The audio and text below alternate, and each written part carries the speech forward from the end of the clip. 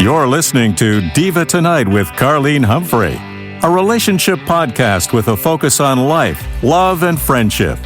Welcome to Diva Tonight. Hi, I'm Carlene, and this is Diva Tonight. I have with me the lovely Birgita Visser. She is a healing coach. She's a mentor. She is very talented. I mean, I looked at all your credentials, Birgita, and I don't think it's possible to say all of them because there's so many. Reiki master, emotional freedom technique, quantum touch healing, light language healing, the list goes on. So I think when it comes to healing and energy work and soul work, you have done a lot of work in that area. Yes, I have.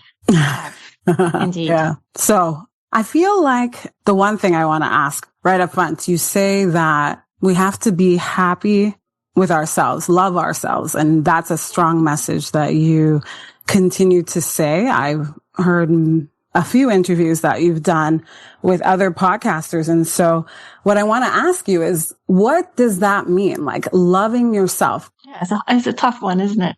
Mm-hmm. So my dad always used to say, and we had this little chick up on the wall, a little duckling, not a chick, a little duckling on the wall. And it said, start the day with a smile. But my dad taught my sister and I, before he crossed over in 1988, because he was 44, he did say to us, stand in front of the mirror and tell yourself that you love yourself. And I was like, what the heck, man? Because that's really tough.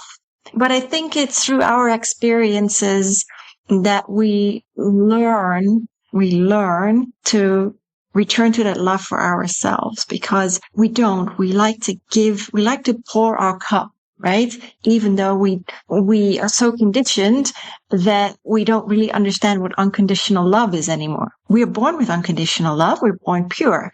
But through society and the programming and the conditioning, we kind of we lose our way, and we don't really understand what it means to love ourselves. We think it's that we have to value others, show our worth, have to prove ourselves. It's got nothing to do with that. It's really just accepting yourself, embracing your flaws, and saying, you know what? I love me. And it's something that I had to learn through all the dysfunctional relationships I've had. I don't even know what the heck a normal relationship is, right? Because I had to learn to love myself. And so I was given all these dysfunctional relationships just to show these were experiences, right? And I always say this, Carlene, the experiences that we get are meant to help us elevate our awareness and are meant to help us understand what life is all about. They're not here to taunt us. Yeah. So you have to understand, ask yourself, what is this teaching me? Yeah. Why is this happening for me, not to me? There's a big difference. So yeah, loving yourself is just embracing who you are in this very moment. Yeah. And we all have to heal from pain, from trauma, from anything. And so if we don't heal, then we remain in that vibration. Yeah. And then we attract exactly what we throw out into the universe, so to say. And I always say this, we are sacred geometrical beings consisting of energy, which equates to frequency. So what you vibe out is what you reel back in. Yeah. Yeah. And if you don't like it, then you need to shift your consciousness. Yeah. It's like in quantum mechanics, they say, change your thinking, change your life. Yes. It's all about the mindset. And so, yeah, I've done some mindfulness. I've taken 3 workshops. The last one was on self-compassion. And I think when you take something, a workshop like that, I learned that there are still things that trigger me. And I guess it's that negative self-talk that I have in my head. And so like you say, self-love, it's like we are our own biggest critic. And so it's no one else, but the thoughts in our head. And so changing the thoughts too is a process in itself, and learning to do that. Cause I think, when you say self-love. That's where it stems from. And so like when I was taking it, I was like, wow, I can be really sensitive. You know what I mean? And, there's certain things that are still triggers, I guess, in my mind. And I probably always think like, I'll give you an example. Like if, my manager calls me into the office when I'm at work, I automatically think, oh no, what did I do now? Like, you know what I mean? And I'm never thinking that it's like something like that I asked for, like paperwork or something along those lines. It's always going to that place. And so I think sometimes I have to think about that, but it's a, what is it called? It's a practice. So you're talking about the energy. And I think that is probably really important to talk about for the community that's listening, whoever's listening to this. And so with energy, how do you change the energy? If you have like a negative, like you're having like a really challenging time in life, like, you know? Yeah. Mm-hmm. Yeah. Again, I've had to learn that too, because we get so stuck in our drama. It's like we think we're the victim. Yeah. It's not that. Yeah. The more challenging experiences you have, the more you just need to analyze it and think, hey, why is this person triggering me? Or why is this experience happening for me? Yeah. And I always say, and I work with many of the ascended masters, but it's always just be grateful.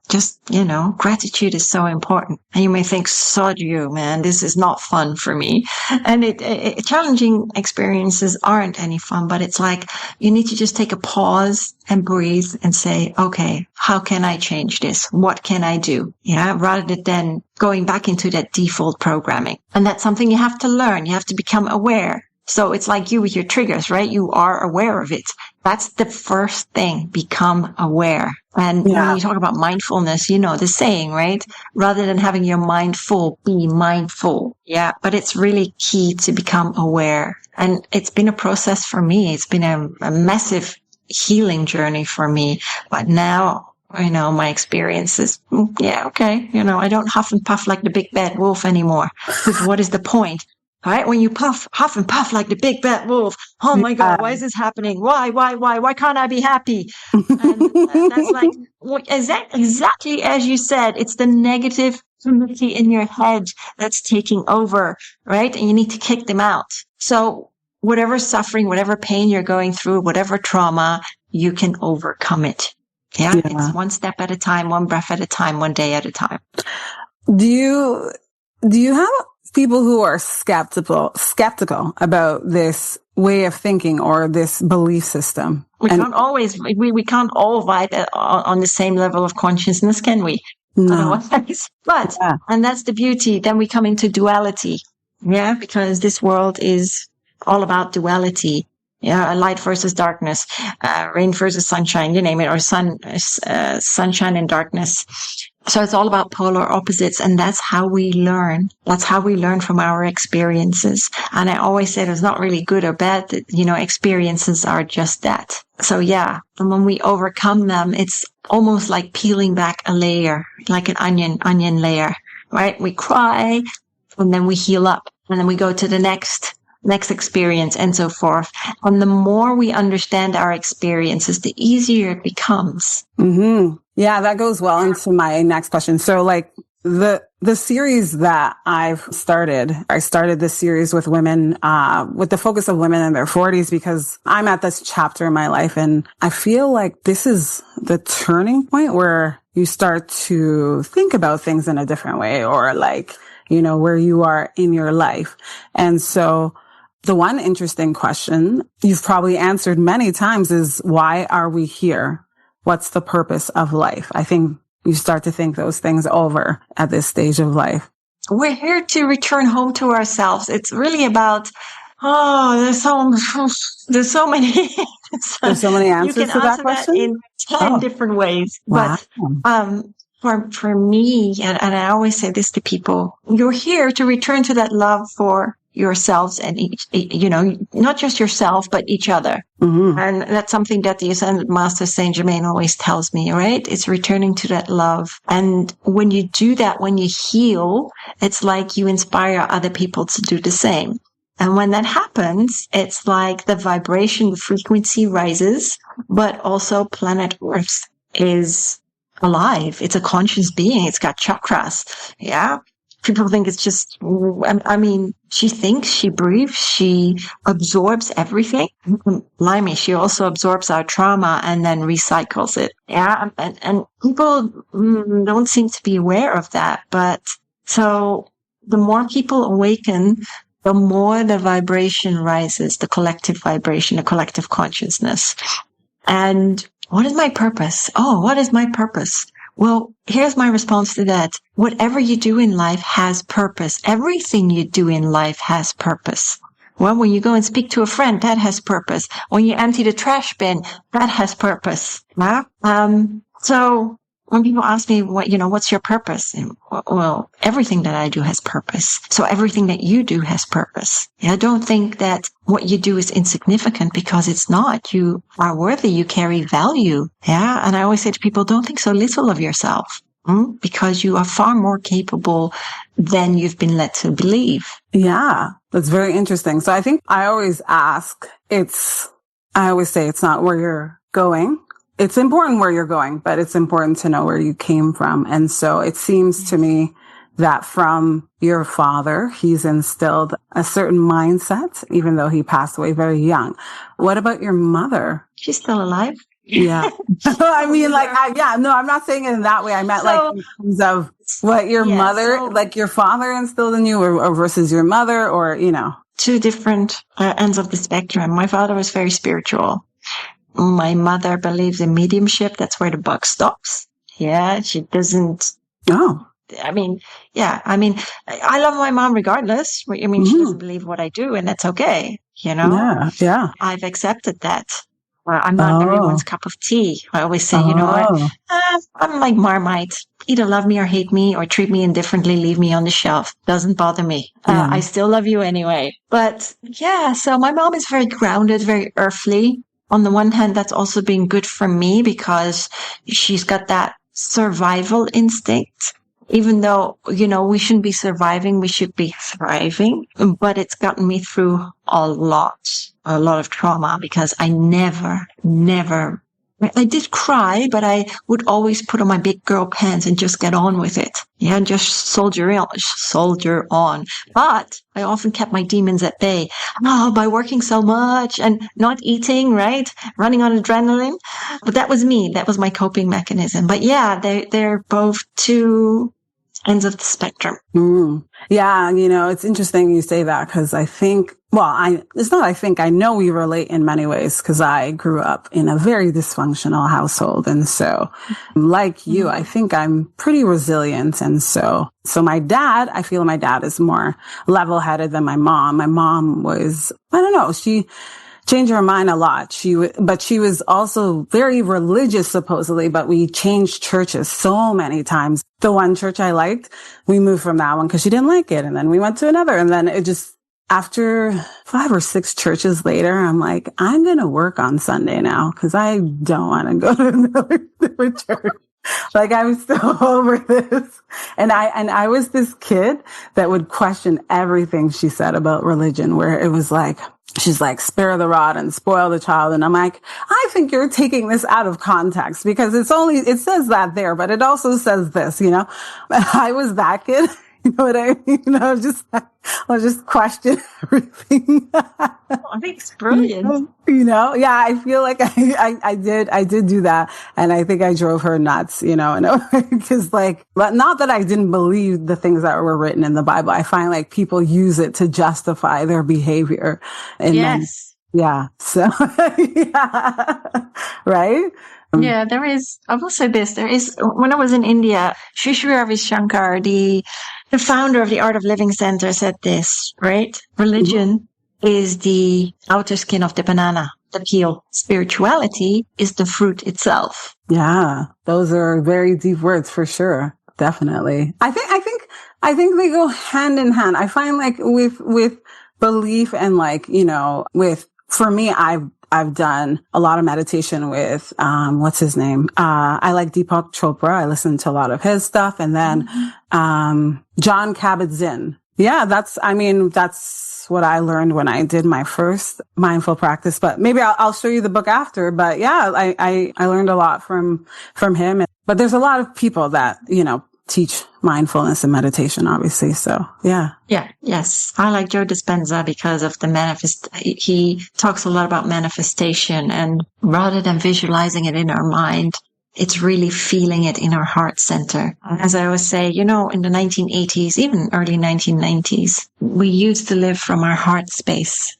Now with all this technology, people are very so much absorbed within their technologies, and that's kind of just like closed off. But when you really feel something in your heart space and you feel like you already have it, that's how you manifest, because what's the energy again, right? It changes. Diva Tonight, glamour for your ears. There's so many references with energy. I find I'm pretty sure you can understand this or relate. I find like when I'm having a great day, like your energy is great and like certain things don't affect you the same way. But like if you're tired, your day's off, like everything hits you a little bit harder. And I've always been that person that tries to see things in a positive way. But I think your environment kind of like takes that away.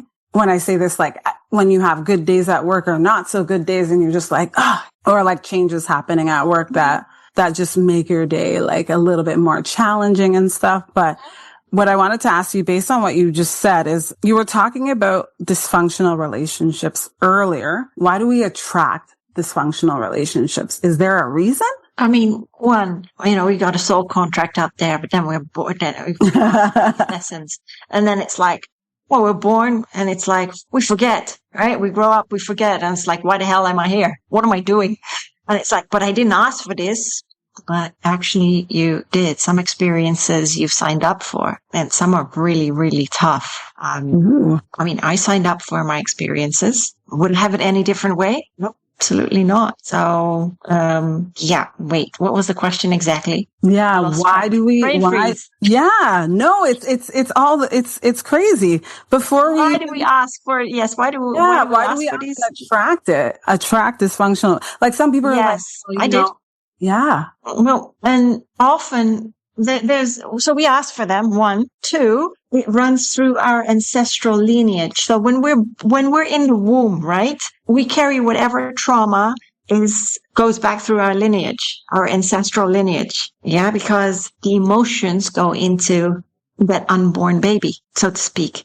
So we carry that. If there's trauma in the lineage, we carry that. And so when I was growing up and I was, molested as a kid by a friend of the family or my dad's business partner, I carried that with me. And I didn't tell my mom until I was 19 because the 1980s were a different era. And I didn't understand it. And so I carried that with me. Then I was bullied in high school, because I was really skinny and I really walked like the Hunchback of Notre Dame because I just wanted to be invisible, right? I had this immense fear of boys. And I remember this kid, we went to the Belgian Ardennes, which is a forest for a school trip. And this kid grabbed my arm and he's like to everybody in front of us, look how skinny she is. And it was just horrible. So high school was really tough for me. If I needed to walk to a classroom and there was a guy in the hallway, oh, you bet your bottom dollars, I would try and find another route to the classroom. But that's just the way that I was wired. And I didn't start healing until later in life. So, it was really weird. And, in this day and age, it's completely different. But the first guy that I went out with, I was 20, I think I was about 21. So I was a late bloomer. It was really weird. I kissed the guy and I was like, oh my God, now I can't break up with him. Yeah, that was really twisted in my mind. Why did you think that? Oh, why didn't you think that you could break? Oh. I just didn't understand. I had no clue about relationships. And it took me many, many years. And that's why, because I didn't heal, and my stepdad passed away when I was 25 and my mom needed me. So she was leaning on me. And then I had these so-called friends and I rolled into drugs for a couple of months, had blackouts, and it was pretty bad one night. I think I took like 5 or 6 E's and I could have lost my life, but I didn't. And I went cold turkey after that. But, I was always wearing a mask because if I wanted to talk about my stepdad, they would change the subject. And I thought, okay, let's just put on my happy face, right? So I didn't really have an outlet. So, I rolled into that. I had to, experience that. And even, I tried my luck in the modeling world. But I wasn't as thick skinned, and I was assaulted there too. I worked, I was in New York. I was bartending. I was doing promotional stuff. Some jobs, but I found them on Craigslist. And this was back in the early 2000s. So, but I just kept going and I soldiered on, and I was in these dysfunctional relationships. It was always like, well, why are they calling me? What did I do wrong? And when I was helping them, oh my gosh, I was helping them. I was really walking to the ends of the earth for them. And I think, in 2009, I really hit rock bottom, so to speak, because my ex was a part-time crack addict. And in a way, I enabled him, because I take full responsibility for that. Yeah. We need to let others walk their own journey. Do we do that? Mm-hmm. Oh, of course not. We try when we're with somebody, we try and mold them and make them to our own liking rather than leaving them in their own worth and letting them walk their own journey. And it's something that I really needed to learn. And so he landed in bed with the Dutch Crips. And I did try and get him into rehab, but he was a U.S. citizen, so it was really tough. And he stole from the Crips and they held him for ransom. Anyhow, I helped the cops. My mom got me out of Holland in the space of several days, and I had a place in the UK, and so. Yeah, several days later, as I said, I helped the police. They found my ex and they deported him back to the US. So the leader of the Crips said to me, if I ever find you, I'm going to kill you. And so that really shook me. And, I always say this. It was a really lame attempt at my own life because I took a whole box of ibuprofens. Yeah, I just slept like 12 hours. But then I got up the next day and I really thought, yeah, but I can't go on like this anymore. This constant panic, this constant anxiety, this constant fight or flight mode. Is that any way of living? No, absolutely. Carleen, I asked for that experience. Yeah, because I needed to wake up and smell the roses, so to speak. So I needed to hit rock bottom. That wasn't the last time I hit rock bottom. But when I went to see a counselor, right, she said, you'll be fine. You're strong enough. And I thought, this is not helping me. And so I started researching Reiki, and that's how I started walking the holistic route. And then I studied Reiki and I studied more modalities. And again, that was peeling back a layer. And if you think, oh my gosh, I was fine after that. No, I wasn't, because I met another person, just packaged differently, right? Mm-hmm. And my guys were up there. Oh, let's see what Birgita is going to do. Well, what did I do? Well, I fell flat on my face because this was another one that I had to walk to the ends of the earth up. It was really like, I had to pay the bills, tried to find jobs, got groceries, was trying to help them in every which way I could. But in the meantime, what we do is we put ourselves in the boxing ring, right? Because we don't think we're worthy. Yeah. We don't think we carry that value, and we need to prove ourselves just to get that love in return, because we're trying to fill that void within rather than filling our own cup first. So I really had to learn along the way. And the one from Holland, 2024 in June, he came and visited me in Spain after 15 years, right? I hadn't seen him in 15 years. And, my guides were there. Oh, having the popcorn out. Oh, look what's happening here. Well, that was a heightened experience. It was horrific. He was a narcissist. So after 3 weeks, I had to kick him out, even get the police involved, but it was horrendous. And I look back and I was like, I understand why this happened. Yeah. Because I needed to shut the door on the what ifs, and I shut the door completely. And then I went on a healing journey. So these are just a few examples, right?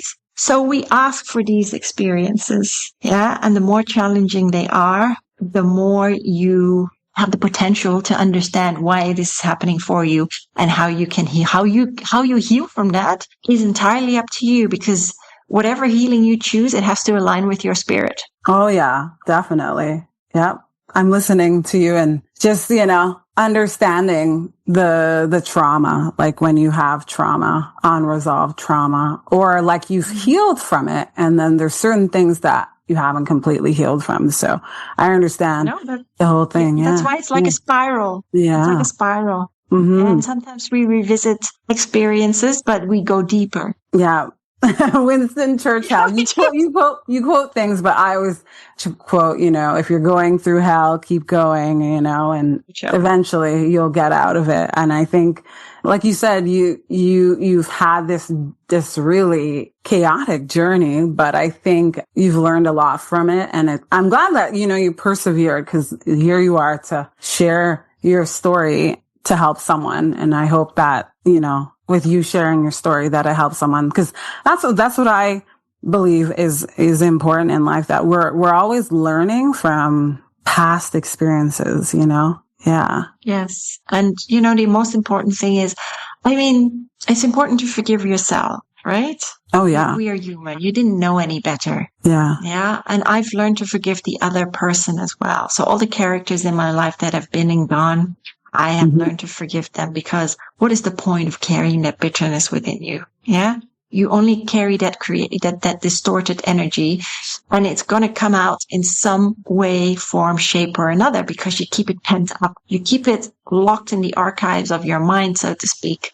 And when a certain experience happens and it's not healed, then you get triggered, And it's not just in the archives of our mind, it gets stuck in the cells, the memory cells of our body. So it gets stuck somewhere. Mm-hmm. And that's why we're not just this organic blob. Everything is sacred geometry. Everything is energy. Yeah. And when we shift that perspective, then we start to understand ourselves better. It's like, hey, God, I'm my own Merlin. Yeah. I'm my own Merlin. So I weave the magic that I feel with the magic within, I weave without. So if it's crappy magic and the recipe is not right, yeah, you're gonna create something very distorted. Mm-hmm. I like the reference to Merlin. Haven't heard that in a long time, but I know King Arthur and the table and Merlin the magician. My God. Yeah. The whole thing that I like on your website is that the one photo you have, it shows who you are. Like, obviously you're a very happy-go-lucky person, and like the energy's there. So I think the one thing. Under a tree? No, is that under a tree? No, you say what I want for you, and you're like this. Oh, that one. Yes, I know. Yeah. Yeah. And so, I read that, and it's very profound. So I think in a lot of ways, if someone wants to work with you, I think there's many things that you do. And so I listened to one of the practices that you did, and I feel like you were in my head, because I was like, what is she saying? And then you translated to right language. And you're just like, yes. I was like, she knew, right? What are you saying right now? But yeah, I feel like was that Reiki? I'm not sure. No. It's light language. Oh, light language. I'm happy to do a demo if you want, but, it's been changing because I've had so many downloads, and I'm not, I will do more videos once I move in the next couple of weeks, because I'm right by the ocean. But, light language is something that, and I always say this to people, right? Doesn't agree with everyone. So again, do whatever aligns with your own spirit. Right. But it's the cosmic frequency of love, right? Cosmic language of love. And on a conscious level, it's like, what the hell? Like you just said, what the hell is she saying? Right? But when you close your eyes and just allow the codes to be absorbed within your being and in your heart, then know that your soul understands these light codes just beautifully. And that's what it's about. It's an ancient healing technique. just like Reiki. Reiki, as you know, that's a universal healing, whether that's hands-on or a distance. And that's what I started with. But every time I studied a healing modality, I was also healing myself. I was also peeling back the layers. And that's just the beauty of life. And yeah, but light language is something I'm I'm humbled to be able to help other people and inspire other people that way, and help them on their own journey. I've had people come to me twice and they were fine after that. So it's not something, you continue doing. I mean, if we talk about, and this is especially in quantum mechanics, when people go to AA, for instance, right? Yeah. Or NA, they stand there and they say, my name is so-and-so. I am I'm an addict or a recovering alcoholic, but your mind is like, oh, great, I'm recovering. I'm an alcoholic. Okay, great, and your mind thinks, oh, I can still drink. And it's really hard because you shouldn't be saying that. And your mind listens to everything that you say. It's like this astute librarian or this astute typist. Oh, wait. And so that's why people keep being stuck in that loop. It's like Groundhog Day. Mm-hmm. Definitely. Bill Murray, Groundhog, That was a great movie, by the way. I am not going to knock it, right? It works for some people. I mean, this program works for some people and that's great. But it's just like your mind is actively listening to what you're saying. Yeah. Well, the thing is, I think meditation, mindfulness work helps my mind because I have a very scattered mind. So it's good for the arts, the creative side, but when it's like things that you have to do, like your daily tasks and daily chores, it makes it so much more challenging. But I think energy work is great work. And I think, not everyone it's not for everyone, but I do understand the reason for it and why it helps, because when everything is crazy, like in this digital age that we're living in, you kind of want to have a little bit of calm, right? Definitely. Yeah, absolutely. Yeah. And so I know that you are online, right? You have your website where if anyone would like to work with you, they can. One more thing though, because this show is targeted for women over 40, I mean, between 35 and 44. What do you think? 52. You are? I would have never guessed. Oh my goodness. Yeah, 52 in June. But that's the thing, right? Oh my God. And I will tell you, because meditation does help. It's so profound. It does. It really does. And it's not just that, it's diet as well, but and the gym. But, my dad always used to say, your body is a temple, treated as such. Yeah. So if you fill it up with junk, it's going to erode very, very quickly. Your dad is quoting from the Bible. And not just, but not just that, right? Our trauma, it's the same thing. It comes out as a dis-ease within our bodies, somewhere, in some way, form, shape, or another. Yeah. Stress is a killer, as they say. So no, but it's true. Like mind, body, and soul, right? That just threw me for a loop there when you said how old you are. I was like, what? Oh my gosh, the year is 2026 and oh my goodness. So like, do you plan to retire at 65? I mean, you don't even look it. Wow. I'm just blown away. Thanks. I am, I've at work because I suffered from burnout. I mean, in 2023, I worked 17 months. Last year was 16 months and I collapsed at my mom. I was so tired in December. Yeah. And I just said, I can't continue doing this anymore because I really want to do my spiritual work. And it's like sometimes we don't dare to take that leap of faith. And I was like, sod this. I'm going to invest now. Mm-hmm. Yeah. I'm going to invest in getting proper, like through the proper PR channels. And as soon as I did that, as soon as I made that decision and I said to my manager, I want to go part-time because I cannot do both anymore. I'm burning the candle at both ends. He's like, okay, I understand. No problem. So right now they're trying to fill the role. Oh, yeah. And I will keep part of it. Mm-hmm. And the right people have started coming onto my path, but it's taking that decision. Yeah. And not dithering. And when you believe in yourself, when you really believe in yourself and you feel it and you're like, I can feel that success. I know what I want. It does open doors. And that's why I love Joe Dispenza. I will have to listen. Meditations. Yeah, listen. He's on YouTube. Yeah. No, you're in Joe Dispenza. Yeah. No, the reason I was saying that is because you are probably the third person who's mentioned his name. So I'm like, Really? yeah, my mentor, my cousin, Vanessa, she also mentioned him when we were talking too. So yeah.